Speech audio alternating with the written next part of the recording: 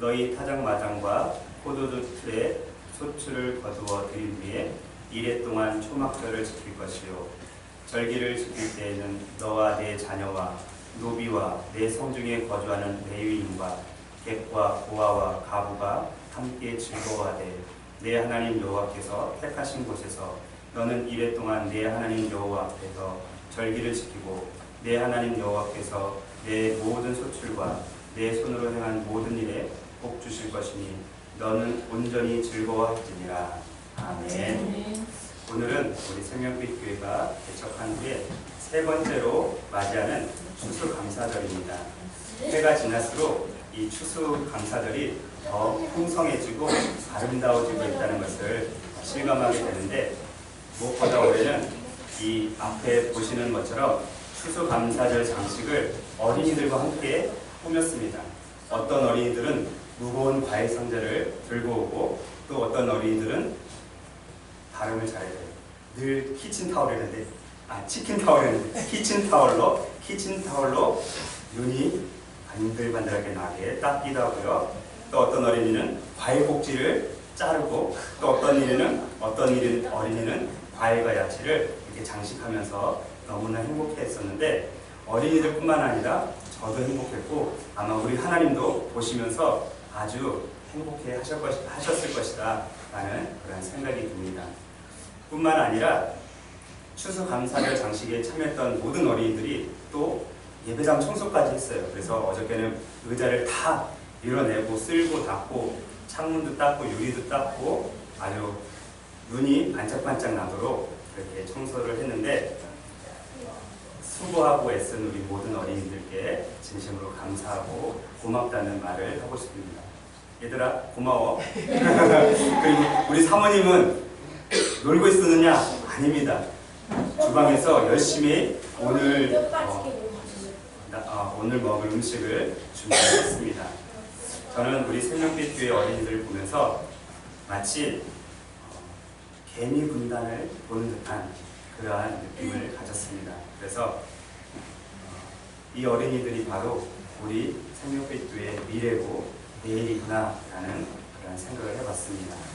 오늘은 다 함께 즐거워할 추수감사절이라는 제목으로 함께 은혜를 나눠보도록 하겠습니다. 한 신학자가 추수는 하나님의 선물이다 라고 말했습니다. 추수는 하나님의 선물이다. 추수라는 말은 두 개의 한자가 합쳐진 단어입니다. 무슨 한자가 합쳐졌을까요? 그래요. 가을추, 또 맞습니다. 가을추, 거들수라는 두 한자가 합쳐져서 추수라는 단어를 이루게 되는데, 추수는 가을에 익은 곡식을 거두어 드린다라는 그런 뜻입니다. 그런데 저를 비롯해서 여기 앉아있는 거의 모든 분들은 이 추수의 경험이 없을 겁니다. 집에서 텃밭 가꾸는 거 말고요. 텃밭 가꾸는 거 말고 추수의 경험이 거의 없을 겁니다. 우리는 단지 농부들이 봄에 씨앗을 뿌려서 가을에 열매를 거둔 그 과일과 채소를 마트나 아니면 시장에서 아주 손쉽게 사 먹을 뿐입니다. 지금 대부분은 곡식과 과일의 추수가 끝났지만, 추수하기 바로 직전에 이 들녘을 한번 나가보세요. 그러면 황금 들녘이라고 하죠? 네. 그런 들녘을 보셨나요? 네. 그래요. 본 친구도 있고 못 본 친구도 있을 거예요. 그리고 과수원에 가서 아주 탐스럽게 익은 배나 사과나 복숭아나 포도, 송이를 본 적이 있나요? 없죠? 그냥 마트에서나 봤죠? 시장에서나 봤죠? 목사님은 봤어요. 과수원에서 배와 사과와 딸기는 나무에서 안 열리잖아요. 배와 사과와 복숭아와 포도가 열린 그 탐스럽게 열린 나무를 보면 나도 모르게 침이 막 나오죠?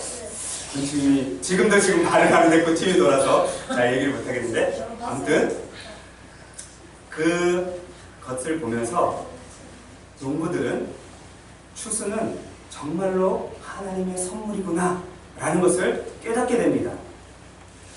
우리들이 직접 추수를 해본 경험은 없지만 농부들이 잘 익은 곡식이나 과일들을 추수하려면 반드시 대가를 치러야 돼요. 어떤 대가를 치러야 될까요? 네? 그래요. 열심히 일을 해야 돼요. 그런데 그것을 좀 더 구체적으로 이야기하면 수고와 땀과 인내가 필요합니다.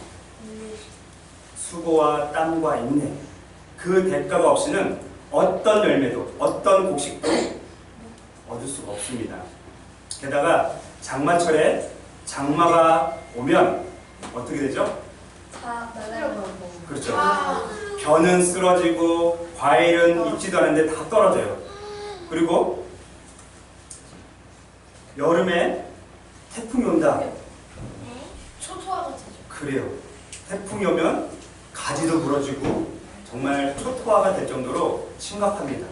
작년, 올해죠. 올해는 이상하게 가을 태풍이 많이 왔어요. 그래서 벼농사를 하신 분들이 피해를 많이 봤다고 하고요. 또 과일 농사하는 분들도 배나 사과가 익기도 전에 다 떨어져서 엄청 힘들었다고 이렇게 얘기를 합니다. 그거 다 보셨잖아요. 그래서 어쩌면 추수는 더더욱 하나님의 선물일지도 모르겠습니다. 아무리 내가 수고와 땀과 인내를 가지고 그렇게 일을 했을지라도 하나님께서 지켜주시지 않고 하나님께서 보호해 주시지 않으면 그냥 다 한 해 농사가 망쳐버리는 경우가 많기 때문에 그렇습니다. 사실 원래는 사람은 추수하기 위해서 수고하거나 땀을 흘리거나 인내할 필요가 없었습니다. 왜냐하면 하나님께서 6일 동안 천지 만물을 창조하시고 사람을 만드신 후에 에덴 동산에 살게 하셨습니다. 그리고 에덴 동산에 살게 하시면서 이렇게 말씀하셨어요. 한번 들어보세요. 내가 온 지면에 씨 맺는 모든 채소와 씨가 된 열매 맺는 모든 나무를 너희에게 주노니 너희의 먹을거리가 되리라. 온 땅에 있는 씨 맺는 모든 채소, 먹을 수 있는 채소, 그리고 열매 맺는 모든 나무를 너희에게 주었대요. 그러니까 굳이 봄에 씨를 뿌리고 또 수고하고 땀 흘리고 인내할 필요 없이 그냥 밭에 나가서 그냥 온 들에 나가서 먹을 수 있는 거 따다가 그냥 먹으면 되고 나무에 달려있는 온갖 열매들을 그냥 아무 때나 따다 먹으면 되는 그러한 때가 있었다는 겁니다.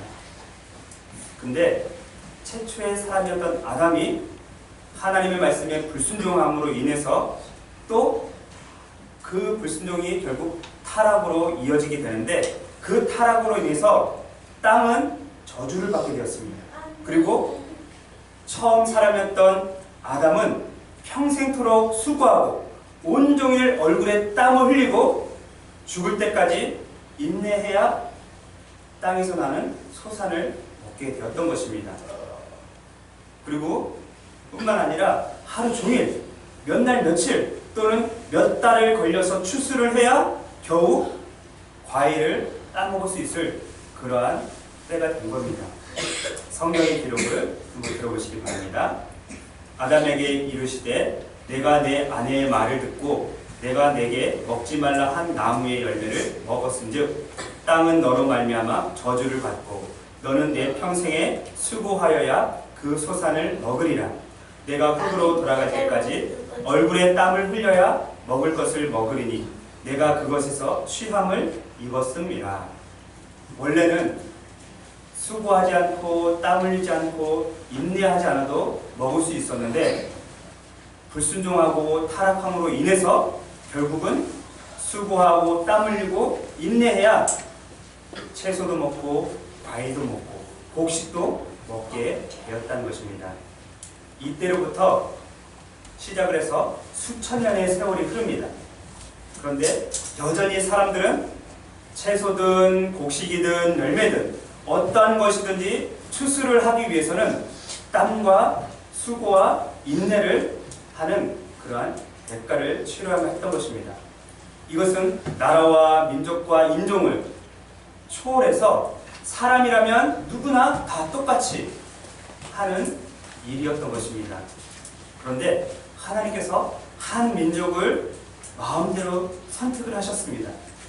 그 민족을 선택하셔서 백성을 삼으셨는데 그 민족이 바로 히브리인입니다. 히브리인.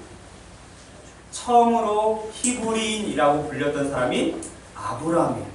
히브리인의 뜻은 강을 건너서 오다. 강을 건너서 오다 라는 뜻이에요.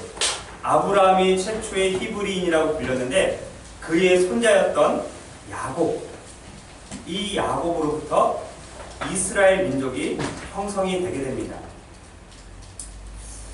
그런데 비록 하나님께 선택을 받은 민족이라고 할지라도 늘 기쁘고 늘 행복한 것만은 아니었습니다. 왜 늘 기쁘고 행복하지 않을까요?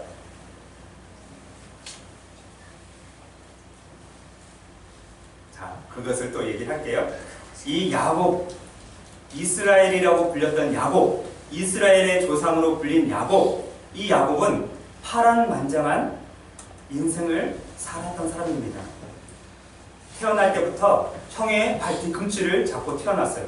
그래서 엄마 아빠가 이름을 야곱이라고 지었는데 야곱의 뜻은 발 뒤꿈치를 잡다 또는 거짓말장이라는 뜻이에요.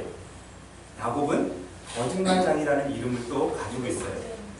그리고 어느 정도 자라서 원래 형 에서가 있었는데 형 에서가 장자권을 가지고 있어요. 이스라엘 사람들은 장자에 대한 권리가 엄청 컸어요. 우리나라도 마찬가지죠. 장자가 되면 많은 혜택이 있죠. 장자가 뭐예요? 첫 번째로 태어난 아들. 네. 그쵸? 맞아요. 민재는 장자라 알 거예요. 혜택이 많아요. 그런데 이스라엘에는 그 혜택이 더 많았어요. 그런데 팥죽 한 그릇으로 형한테 그 장자권을 빼앗아 버렸어요. 그리고 또 조금 시간이 지난 다음에 아버지가 죽기 전에 마음껏 축복하고 싶었는데 야곱이 또 아버지를 속이고 장자가 받을 축복까지 얻게 됩니다. 와, 쌍둥이면 똑같이 얻어야 맞는 거 아닌가?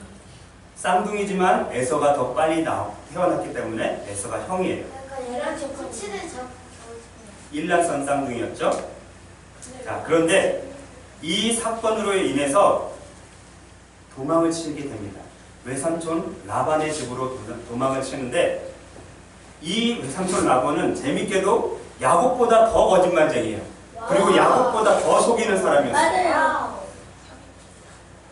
그래서 이 야곱은 외삼촌 라반의 집에서 무려 14년 동안 2명의 아내를 얻기 위해서 일을 합니다. 한 명 아니에요? 한 명에 7년씩, 2명이니까 14년. 그리고 또 6년 동안 삼촌의 양떼를 치면서 또 봉사를 합니다. 그래서 총 20년 동안 삼촌의 집에서 일을 하고 봉사를 하는데 그것은 삼촌이 야곱을 속였기 때문에 그렇습니다.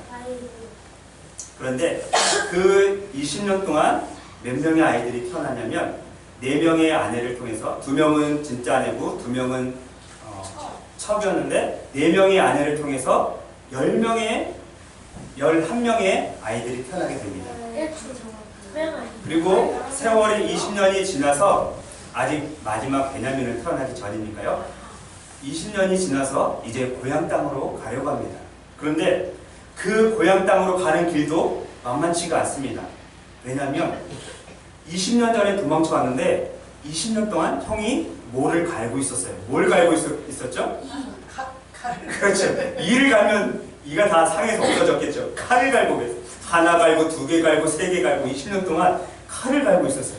왜 칼을 갈았을까요? 사냥하려고. 그렇죠. 그래, 그것도 맞아. 원래 에서는 사냥꾼이었어요. 그런데 20년 동안 칼을 간 이유는 동생 야곱을 죽이려고 칼을 간 거예요. 야곱을 사냥하려고 칼을 간 거예요. 동물을 사냥하려고 한 게 아니에요. 그래서 형 에서가 20년 동안 칼을 갈고 있었는데 어떤 사람을 통해서 소식을 듣습니다. 야곱님, 당신의 형 에서가 400명의 군대를 끌고 지금 당신에게 오고 있다고 합니다. 자, 여러분도 한번 생각을 해보세요. 나는 지금 칼이라고는 양의 목 따는 칼밖에 없어요. 그런데 형은 군대를 400명을 데리고 와요. 그러면 싸움이 될까요? 아니요. 전쟁이 될까요? 이거 비벼야죠. 자, 찬이가 형 같았으면 네가 가지고 있는 장자권도 뺏겼고 그리고 장자가 받을 축복까지 빼앗겼어. 그러면 동생이 아 형님 잘못했어요 용서해 주세요. 그러면 용서해 줄 것 같아요? 아니요. 제가 형이라면 저도 형이지만 제가 형이었고 저희 형이 그렇게 했다면 저는 용서 못해요. 그래서 칼을 갈고 야곱 너 내 손에 걸리기만 해봐. 죽었어 하고 400명의 군사를 이끌고 지금 내려오고 있는 거예요. 그런데 형을 만나기 전에 또 한 가지 사건이 벌어집니다. 그게 뭐냐면 한 나루토, 배를 타는 나루토에서 천사와 밤새도록 씨름을 해요. 자기가 죽을까봐 먼저 첫 번째 첩을 보내고 그 첩이 낳은 자식들 보내고 그 첩과 함께 있는 종들 보내고 두 번째 첩을 또 보냅니다. 그 자식들 보내고 그리고 그 첩과 함께 있는 종들 보내고 또 세 번째로 보냅니다. 라헬을 보내요. 라헬 보내고 종들 보내고 자식들 보내고 마지막으로 제일 사랑했던 레아를 먼저 보내고 마지막으로 라헬을 보냅니다. 라헬을 보내고 자식들 보내고 그리고 종들 보내고 이제 자기만 남은 겁니다. 이 나루토에서 밤새도록 천사가 씨름하는데 천사가 야곱을 보니까 못 이길 것 같아. 자, 여러분들 한번 상식적으로 생각을 해보세요. 여러분들이 천사하고 씨름을 한다고 쳐보세요. 여러분들이 이길 것 같아요? 천사가 이길 것 같아요? 물어볼 것도 없죠? 네. 천사는 천하 장사 중에서도 천하 장장사예요. 여러분들은 어린이 여러분들은 잘 기억하지 못하겠지만 혹시 강호동 알아요? 네. 지금 강호동이 무슨 일을 하죠? 몰라요. 신사역이. 그래요. 강호동은 지금 연예인이야. 근데 원래는 강호동은 그렇죠. 그 얘기를 하려고 하는 거예요. 원래 강호동은 실험 선수였어요. 그런데 그 강호동보다 훨씬 이전에 이만기라는 사람이 있었어요. 이만기 알아요? 요즘에 뭐 이렇게 연예인 축구단 해서 많이 나오니까 알겠지만 강호동보다 진짜 씨름을 잘하는 사람이 이만기였어요. 이만기가 천하장사였는데 어느 날 강호동이 나타나더니 이만기를 이겨버렸어. 그래서 강호동이 이만기보다 더 잘하게 됐어요. 이만기 10명, 강호동 10명을 합쳐도 천사하고 못 이길 거예요. 그런데 성경에 보니까 야곱이 천사와 씨름하면 이겼대요. 천사가 자기가 이기지 못할 것을 알고 어디를 쳤냐면 허벅지 관절을 딱 친 거예요. 그래서 가준 거 아니에요? 모르겠어요. 나중에 천국 가서 물어봅시다. 야곱과 씨름했던 천사를 찾아서 우리가 물어보는 거예요. 봐준 건지 진짜 진 건지. 근데 허벅지 관절을 딱 쳤더니 힘을 잃어버린 거예요, 야곱이. 그래서 그 천사가 묻습니다. 네 이름이 뭐냐? 저는 야곱입니다. 저는 속이는 자입니다. 저는 거짓말자입니다. 형 뒤꿈치를 잡고 나온 사람입니다. 그랬더니 천사가 너는 이제 야곱이 아니야. 네 이름은 이제부터 이스라엘이야. 하나님과 싸워서 이겼다는 뜻이야. 라고 하면서 그때부터 야곱이 이름이 이스라엘로 바뀌어요. 그리고 형을 딱 만났는데 형이 변한 거예요. 아이고 동생아 20년 만에 온 너를 내가 보니까 너무나 반갑구나 라고 하면서 형이 변화가 돼요. 그래서 360도 다 바뀌었다. 그래요. 360도로 변한 거예요. 그래서 형하고 아주 아름답게 만남을 갖고 각자 다른 길로 갑니다. 근데 그때부터 야곱은 죽을 때까지 절뚝발이로 살아야 돼요. 왜냐면 허벅지 관절이 부러졌기 때문에 이거는 고칠 수가 없어요. 그래서 죽을 때까지 절뚝발이로 살아야 되는데 더 큰 일을 또 만나요. 고향 땅으로 가다가 어떤 지역에 세겜이라는 지역에 딱 잠시 머물르게 되는데 야곱은 11명의 아들과 딸 1명이 있었어요. 그 1명의 딸이 디나인데 디나가 세겜의 추장한테 강간을 당해요. 강간이 뭐예요? 그래, 성폭행을 당해요. 이거는 꿈에 생각하기 싫은 일이죠. 네. 성폭행을 당해요. 그리고 결국은 자기 고향 땅으로 돌아가게 됩니다. 야곱의 인생은 정말로 파란만장한 그런 인생이었어요. 질문은 안 받습니다. 거기다가 또 있어요.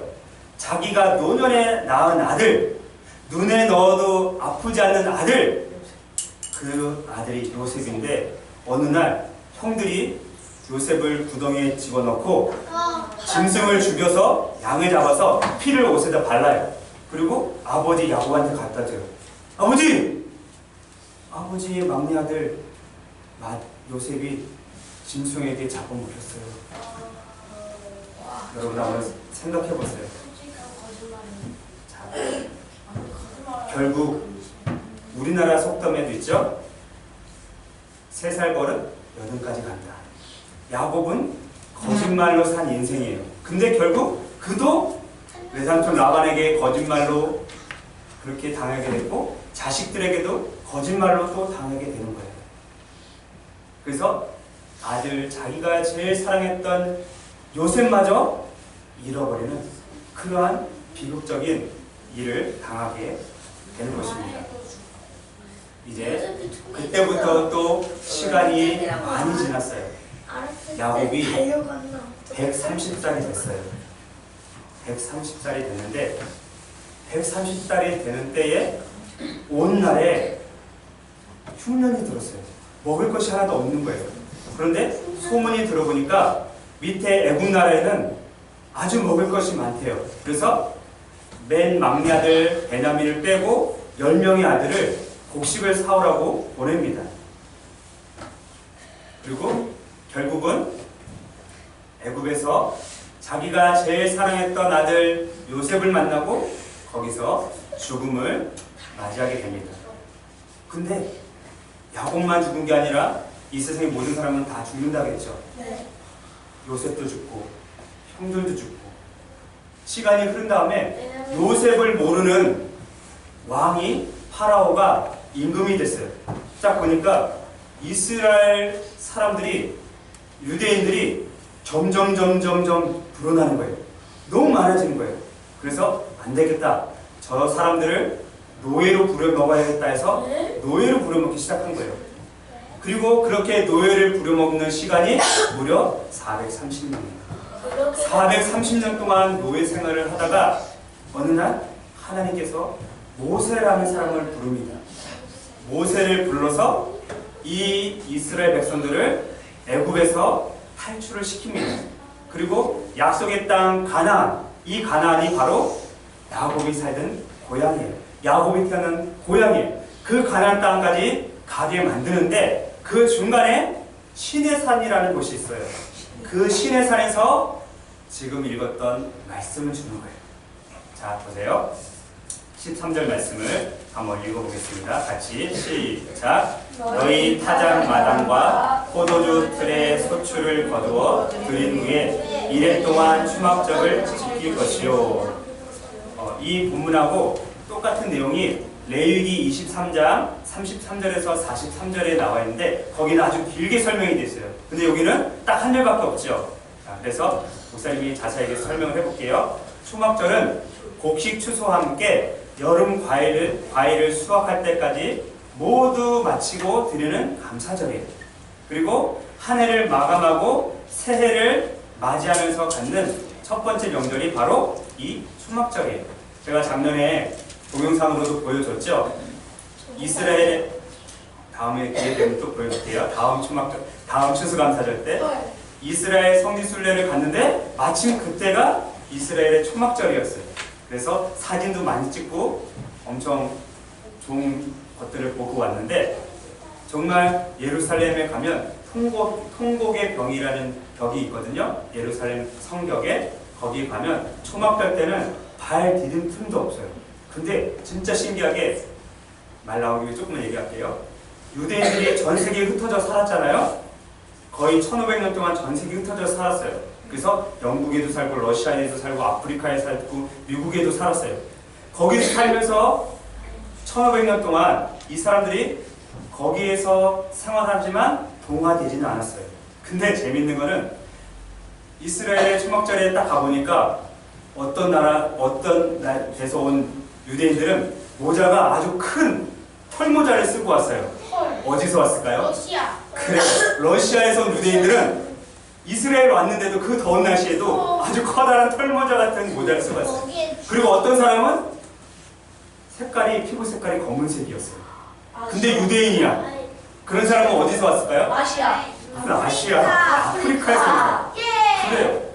각 나라에서 흩어져 살면서 거기서 태어나고 거기서 남자를 흑인으로 만났든지 여자를 흑인으로 만났든지 해서 그 후손들이 유대인이 된 거예요. 엄마가 유대인이면 모든 사람은 엄마가 유대인이면 다 유대인이에요. 그래서 엄마가 유대인이고 아빠가 흑인이었으면 그 사람은 유대인이에요. 근데 반대로 아빠가 유대인이고 엄마가 흑인이면 그 사람은 유대인이 아니야. 그래, 그냥 그 나라 사람. 자, 봅시다. 그래서 모든 이스라엘 사람들은 초막절 명절이 시작되는 첫날인 7월 15일부터 일주일 동안 이 초막절 행사를 지키는데 아름다운 나무 실과 좀 특이하게 생겼어요. 실과하고 그 다음에 종려나무 가지 꼭 얘랑 좀 비슷해요. 이런 얘랑 비슷한데 얘는 따갑지만 그건 따갑진 않아요. 그리고 신의 버드나무 알죠? 네. 우리 경환천에도 버드나무 있나요? 네. 그런 세 가지 종류를 이제 가지고 와서 이렇게 행사를 해요. 그리고 그거를 이렇게 비닐에 포장을 해서 또 팔아요. 자, 이렇게 하나님 앞에서 초막절을 지키면서 아주 즐거워했어요. 지금 읽었던 성경 말씀을 보면 초막절을 지킬 때 즐거워하라 라고 그렇게 말씀합니다. 그리고 이스라엘 사람들이면 영원히 지켜야 될 하나님의 명령이에요. 그래서 전 세계에 흩어져 있는 유대인들은 어느 누구를 막론하고 초막절이 되면 이스라엘로 모여드는 겁니다. 그래서 그때는 비행기표를 구하기도 했어요. 미리 구하지 않으면 초막절 행사가 낀 그 명절 주간에는 비행기표도 없어요. 그리고 아주 특이한 일을 하는데 뭐를 하냐면 일주일 동안 초막을 지어요. 초막. 이스라엘 백성들이 그래서 초막절이에요. 광야에서 40년 동안 생활을 했잖아요. 그래서 거기서 나뭇가지를 주워다가 집처럼 만들어서 거기서 생활을 했어요. 그거를 기념해서 초막절이라고 하는데 지금도 아파트 베란다에다가 초막을 만들어요. 그리고 학교에다도 초막을 만들고 학교에도 나중에 보여줄게요. 학교에다도 초막을 만들고 좀 넓은 집에 사는 사람들은 마당에도 초막을 만들어요. 그래서 거기서 이런 초막절 기념을 해요. 계속해서 우리 14절, 15절을 읽어봅시다. 14절, 15절 시작. 절기를 지킬 때에는 너와 내 자녀와 노비와 내 성중에 거주하는 레위인과 객과 고아와 가부가 함께 즐거워하되 내 하나님 여호와께서 택하신 곳에서 너는 이래 동안 내 하나님 여호와 앞에서 절기를 지키고 내 하나님 여호와께서 내 모든 소출과 내 손으로 행한 모든 일에 복 주실 것이니 너는 온전히 즐거워할지니라. 아멘. 지금 두 구절 말씀 읽었는데 두 구절에 똑같은 단어가 두 번 나왔어요. 뭐죠? 그래요. 아니요. 즐거워하라. 즐거워하라. 즐거워하라. 초막절을 지킬 때 즐거워하면서 지키래요. 막 죽을 인상 팍 쓰면서 초막절에 이렇게 먹을 것도 없이 날씨도 더운데 햇빛도 뜨거운데 초막에서 왜 지내라고 해? 이렇게 짜증내고 신경질 내면서 하는 게 아니라 하나님께서 무려 430년 동안 이 이집트에서 종살이했던 것을 구원해 주신 그날을 기념하면서 기뻐하고 즐거워하라는 거예요. 그런데 너희만 그렇게 하는 게 아니라 잘 보세요. 나와 너의 자녀와 노비와 레위인과 객과 고아와 가부와 함께 다 함께 즐거워하라 라고 그렇게 말씀하십니다. 이것은 하나님의 명령입니다. 우리가 나보다 조금 높은 사람의 명령이 떨어지면 어떻게 해야 되죠? 그래요. 만약에 민재가 학교에 있는데 선생님이 민재야 이거 해 저거 해 그러면 어떻게 해야 돼요? 아 싫어요 선생님 안 할 거예요 라고 해야 돼요? 뚱뚱이. 아니죠. 선생님은 나보다 높은 주위에 있는 분이에요. 선생님 얘기하니까 그저께가 본 인터넷 뉴스가 생각이 나는데요. 아, 진짜 안 좋은 거지. 초등학교인지 중학교인지 좀 초등학교. 초등학교죠. 네. 어떤 무슨 시간에 이렇게 그룹별로 뭘 하고 있었는데 선생님 알려줬어. 한 친구가 이렇게 엎드려서 자고 있었나 봐요. 그래서 선생님이 가서 야 일어나서 같이 해 했더니 아 왜 그래요? 하고 문을 딱 열고 나가더래요. 그래서 선생님이 아 어디 가냐 지금 수업 시간인데 했는데 그 친구가 선생님을 딱 때린 거예요. 근데 한 대만 때린 게 아니라 얼굴을 선생님이 넘어졌는데 얼굴을 계속 때렸대요. 그래서 얼굴이 좀 함몰됐다라는 뉴스를 봤어요. 선물이 여자예요? 여자 선생님이었죠. 선물이 이었겠죠? 뭐예요?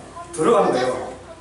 맞아서 뼈가 부러지거나 그러면 모르죠. 얼굴을 맞았다 했습니다. 남자네. 쌀이 어려운 사람이 여자밖에 없어요. 아무튼 선생님. 선생님은 우리의 스승이에요. 나보다 높은 위치에 있는 분이에요. 선생님 말씀은 우리가 하나님 명령처럼 들을 필요가 있어요. 물론 지금 시대가 바뀌어서 선생님의 위상이 땅에 떨어져서 땅바닥에 굴러가고 있는 상황이지만 그래도 선생님은 선생님이에요. 집에서는 엄마, 아빠, 할머니, 할아버지가 여러분들의 위에 있는 분이에요. 그래서 엄마, 아빠, 할아버지, 할머니가 말씀하면 듣는 거예요. 교회에서는 마찬가지로 목사님이 여러분들의 선생님 역할이 되는 거예요. 아버지 역할을 하는 거예요. 때문에 목사님이 하라고 하면 하고 하지 말라고 하면 안 하는 거예요. 그런데 우리 하나님은 선생님보다 엄마 아빠보다 목사님보다 비교가 안 될 정도로 높고 크고 위대하신 분이에요. 그 하나님께서 초막절을 지키라 라고 말씀하셨고 그냥 지키지 말고 즐거워하면서 기뻐하면서 지키라고 했어요. 그리고 그 초막절을 지킬 때 너와 내 자녀와 레위인과 고아와 가부와 객과 모든 사람들과 함께 즐겁게 지내라고 했어요. 이것이 바로 초막절이고 그 초막절은 지금도 유대인들은 지키고 있어요. 그러나 예수님을 믿는 우리 그리스도인들은 초막절을 그렇게 지키지 않아요. 시대가 지나서 이제 초막절이 추수감사절로 변했어요. 바뀌었어요. 그래서 오늘날 추수감사절이 어떻게 유래되는지 짧게 말씀을 드릴게요. 작년에도 말씀을 드렸는데 한 번 들으면 잊어버리잖아요. 그렇죠? 두 번 들어도 1년 만에 한 번 들으니까 또 잊어버려요. 그래서 또 얘기할 거예요. 원래 동영상도 보여주려고 했는데 시간이 없어서 동영상은 다음 기회에. 안 돼. 없어요. 진짜 없어요. 자, 오늘날의 추수감사절은 신앙의 자유를 찾아서 영국에서 신대륙이 어디냐면 미국이에요. 신대륙에 건너갔던 청교들로부터 시작을 해요. 그래서 17세기 1600년도에 영국에는 너무 어려운 상황이 많았어요. 특히 종교적으로 너무 힘들었어요. 원래 영국은 국가 종교가 있는데 그게 뭐냐면 성공회예요. 형식은 로마 카톨릭, 천주교랑 똑같아요. 근데 내용은 또 기독교랑 우리 개신교랑 비슷해요. 근데 너무 형식이 로마 카톨릭이랑 비슷하기 때문에 이 청교도들이 도저히 여기서는 우리가 생활할 수 없겠다라고 해서 어디로 건너갔냐면 네덜란드로 건너가요. 네덜란드에서 한 10년 정도 살았는데 여기서도 핍박을 받는 거예요. 그래서 안 되겠다. 우리 아무도 우리를 종교적으로 핍박하지 않는 나라를 찾아가야겠다. 그런데 아마 그 전에 콜럼버스가 신대륙을 발견했다는 소식을 들은 것 같아요.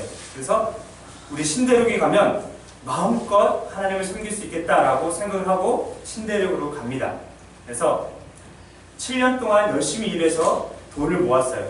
그리고 배 한 척을 샀는데 그 배가 5월의 꽃이라는 이름의 메이플라워호예요. 5월의 꽃, 메이플라워호. 그래서 드디어 청교도들이 신앙의 자유를 찾아서 1620년 10월 달에 메이플라워호를 타고 신대륙인 미국으로 건너갑니다. 그리고 65일 동안 배를 타고 우여곡절 속에 건너가게 됐습니다. 신대륙인 미국의 아메리카 땅에 도착을 했는데 처음에는 그 생활이 쉽지가 않았어요. 그리고 식량도 없었고 너무 추웠던 거예요. 그러다 보니까 영양실조에 걸려서 죽는 사람도 많이 나타난 거예요. 그리고 102명이 처음에 배를 타고 출발했는데 44명이 죽었어요. 102명이 출발해서 44명 죽었다 그러면 몇 명이 남았을까요? 58명. 그래요. 58명 정도 남았겠죠? 그리고 나머지 58명도 질병과 너무 힘든 노동 때문에 너무나 힘든 생활을 하고 있었어요. 그때 도움을 주었던 사람들이 원주민 인디언들이었어요. 원주민 인디언들이 와서 이 청교도들에게 옥수수를 줍니다. 그리고 다른 곡물들을 나눠줬어요. 그리고 그 땅에서 농사 짓는 법도 가르쳐 주었어요. 그래서 청교도들이 이 인디언들의 도움으로 1년 만에 아주 풍성한 곡식을 거두게 됩니다. 그래서 그 해에 풍성한 곡식을 거둔 해에 인디언들을 초청을 해서 잔치를 벌였는데 그게 바로 추수감사절의 첫 번째 초시가 된 겁니다. 그때부터 추수감사절이 시작이 된 겁니다. 그러면서 이때 청교도들이 남겼던 7가지 감사가 있는데 한번 들어보시기 바랍니다. 첫째, 180톤밖에 안 되는 작은 배지만 그 배라도 주심을 감사합니다. 배가 이 메이플라워호가 180톤이래요. 모르겠어요. 목사님이 얼마나 큰지 모르겠지만 이 사람들이 보기에는 작았나 보죠. 그때 당시에는 180톤밖에 안 되는 작은 배를 주셨지만 그 배라도 주셔서 감사합니다 라고 그렇게 감사했고요. 두 번째는 평균 시속 2마일. 목사님이 인터넷 찾아보니까 2마일은 약 3km래요. 3km. 헐. 자, 여러분들 걷는 속도가 얼마 정도 될까요? 3km. 그래요. 보통 어른들이 걸으면 한 4km, 5km 정도 될 거예요. 뛰어가면 한 9km, 10km 정도 되고. 그런데 배가 2km밖에 안 되는 속도로 가는 거예요. 그것도 60 며칠 동안. 여러분들 배를 타보셨나요? 바다에서? 아니요.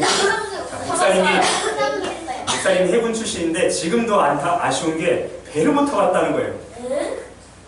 운전병이었거든요. 너무 안타까워요. 배를 타봤어야지 배가 얼마나 힘든지 설명을 할 텐데 견학할 때 한 번, 그리고 잠깐 가까운 바다, 가까운 섬도 아니에요. 그 함장님이 조금 태워줬어요. 30분. 그 30분 타는데도 이렇게 할 뻔했어요. 근데 60 며칠을 배를 타고 갔다고 생각을 해봤어요. 자, 그런데 60 며칠이 아니네요. 평균 시속 2마일을 향해 했으나 117일간 계속 전진할 수 있었으면 감사합니다. 117일을 배를 타고 갔대요. 그리고 세 번째, 항해 중에 2사람이 죽었으나 한 아이가 태어났음을 감사합니다. 가다가 2사람이 죽었는데 아기가 한 명 태어난 거예요. 네 번째, 폭풍으로 큰 도시 부러졌으나 파손되지 않았음을 감사합니다. 가운데 도시 있는데 그 큰 도시 부러졌대요. 폭풍 때문에. 그런데 파손되지 않았음을 감사합니다. 다섯 번째, 여자들 몇 명이 심한 파도 속에 휩쓸렸지만 모두 구출됨을 감사합니다. 파도 때문에 여자 몇 명이 바다에 빠진 거예요. 근데 모두 구출됐대요. 자, 여섯 번째, 인디언들의 방해로 상륙할 곳을 찾지 못해 한 달 동안 바다에서 표류했지만 결국 호의적인 원주민이 사는 곳에 상륙하게 해주셔서 감사합니다. 처음에는 다른 지역 인디언들이 계속 못 들어오게, 이방이니까 계속 공격하고 못 들어오게 방해를 했던 거예요. 그런데 한 달 동안 표류하다가 마음이 착한 인디언들을 만난 거예요. 그 옥수수도 주고 여러 가지 인디언들을 만나서 드디어 상륙하게 된 거죠. 일곱 번째, 고통스러운 3개월 반의 항해 도중에 단 한 명도 돌아가자는 사람이 나오지 않았음을 감사합니다. 그렇게 힘들었는데 102명 중에 우리 다시 고향으로 갑시다, 네덜란드로 갑시다, 영국으로 갑시다 이렇게 했던 사람이 한 사람도 없었다는 거예요. 그래서 이렇게 7가지 감사 제목을 남겼다라고 이렇게 기록이 되어 있습니다. 그리고 그때로부터 몇백 년이 지나서 우리 대한민국에도 추수감사절이 들어오게 됩니다. 우리나라에 처음으로 추수감사절을 지켰던 사람이 지난번에 목사님이 설교 때 인용을 했던 아펜젤러 선교사님이에요. 감리교회에서 처음으로 선교사로 파송받아온 아펜젤러 선교사님이 처음으로 대한민국에서 추수감사절을 지켰어요. 1885년도 부활절에 아펜젤러 선교사님이 들어오셨거든요. 그리고 2년이 지난 후에 7월 24일에 배제학당, 그때 이제 배제학당이 처음 생기게 됐는데 거기서 뭐 영어 같은 걸 가르쳤겠죠.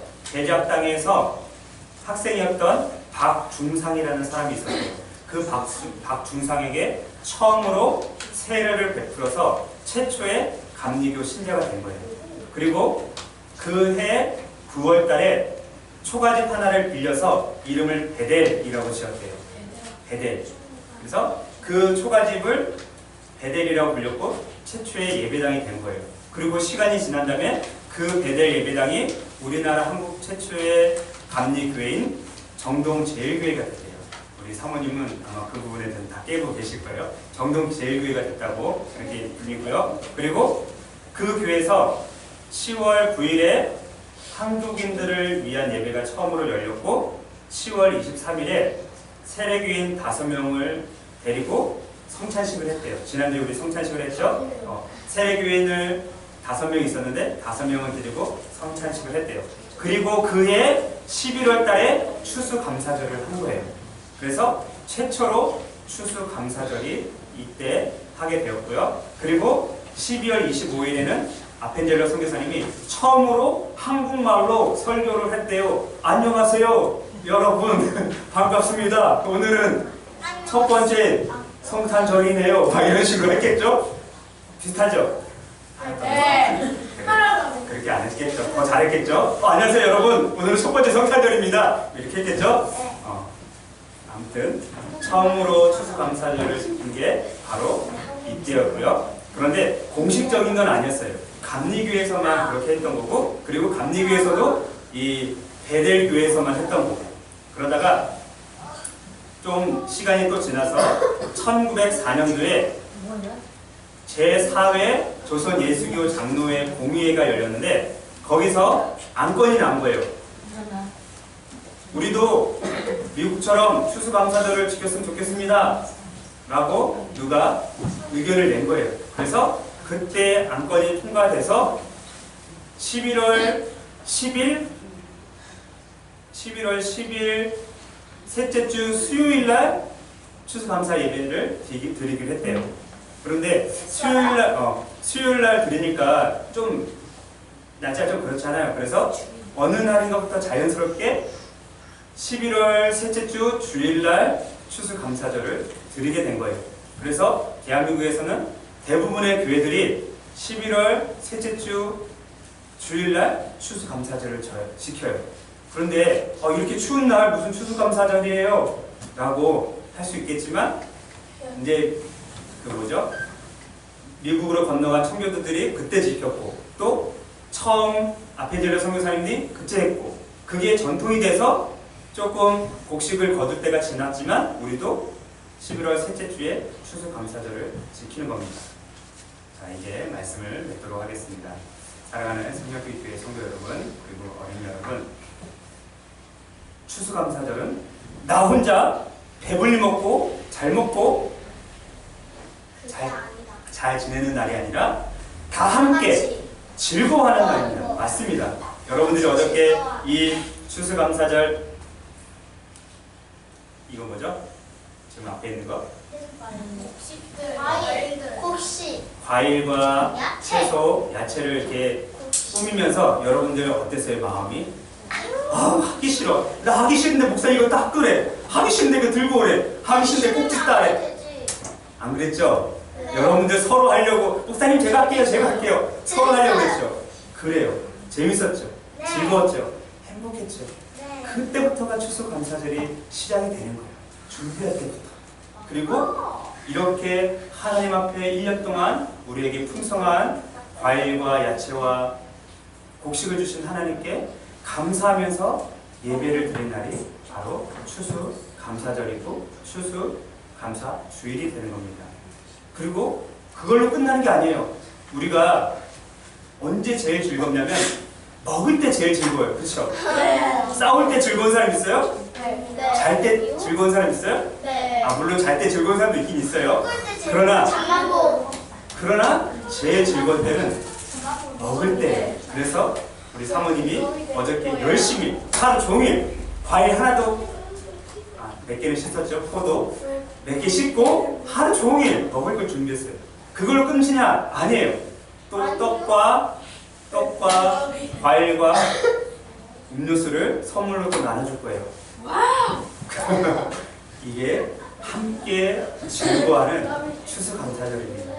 우리 생명교회가 이 세상에 존재하는 날까지 또 예수님께서 재림하시는 그날까지 함께 즐거워하는 그러한 추수감사절이 됐으면 좋겠습니다. 그리고 이제 목사님 마음은 조금 더 지나면 여러분들이 더 많아지고 성도들이 더 많아지면 우리만 먹고 끝나는 게 아니라 이 지역에 독거노인들, 어려운 이웃들, 어려운 친구들 찾아가서 그렇죠. 와. 나눠주는 것까지 가야 돼. 우리만 먹고 끝나면 안 돼. 오늘이요? 아니요. 지금 말고 몇 년 뒤에, 그건 언제 될지 모르겠어요. 조금 더 많아지면 그게 진짜 우리가 함께 즐거워하는 추수감사절입니다. 그러한 은혜가 있기를 간절히 바라겠습니다. 기도하겠습니다. 또 아멘.